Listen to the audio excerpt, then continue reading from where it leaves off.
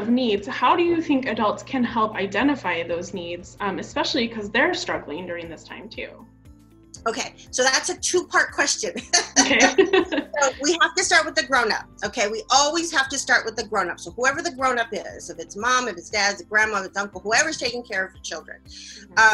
So the grown-up is the one who provides the sense of safety and a feeling of security, okay? I call that the pillar of strength. The grown-up is the pillar of strength. And we don't even have to say anything. Just our presence exudes what we're feeling.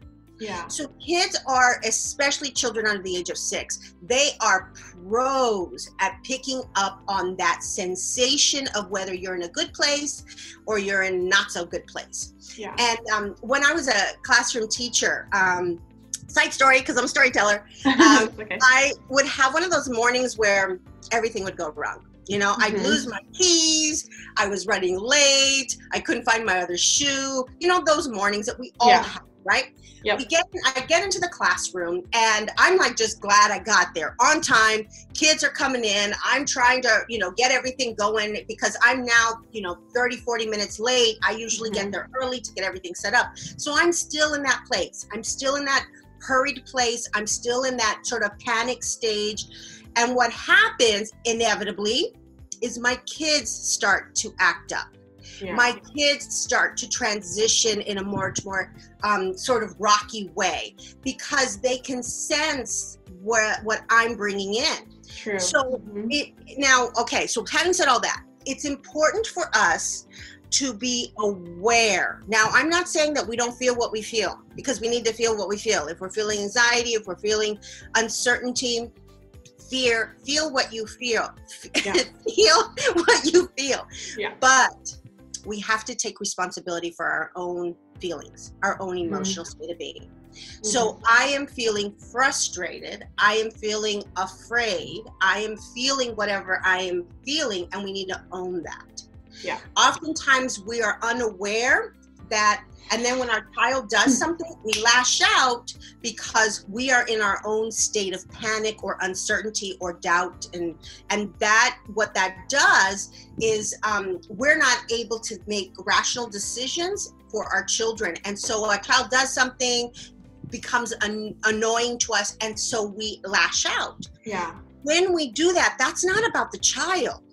That's not about the child. Even when the kid is like coloring on the walls, you know, it's a big canvas.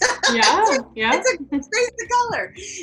We lash out, but we have to own it. So that blame that happens sometimes during times like this, because I'm in my own state of being, we want to blame. Stop doing that. What did I tell you? You know better than that. We've got to pull that back in, rein that back in. I'm feeling really overwhelmed right now. Yeah. I'm going to take a deep breath because those are my emotions. I'm going to own it. I'm going to take a deep breath, and then now I'm going to respond to my child. Okay? So that I call it a hiccup.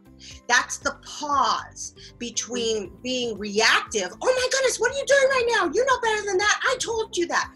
That state of being is, we're projecting our own uncertainty, doubt, and fear. Okay? And so we've got to rein that back in, become aware that we're starting to go there, and own it. Yeah. And so when we can breathe, it helps us move from the freak out place to the place where we can actually make some good decisions, better decisions. Okay. Yeah. And so we have to do that. And I say that, and some of you might be watching going, oh, I did that like 10 times yesterday. So this isn't with the intent to try to make anyone feel guilty. It's like when we grow in awareness, we can start to create that shift and that change within us. Okay.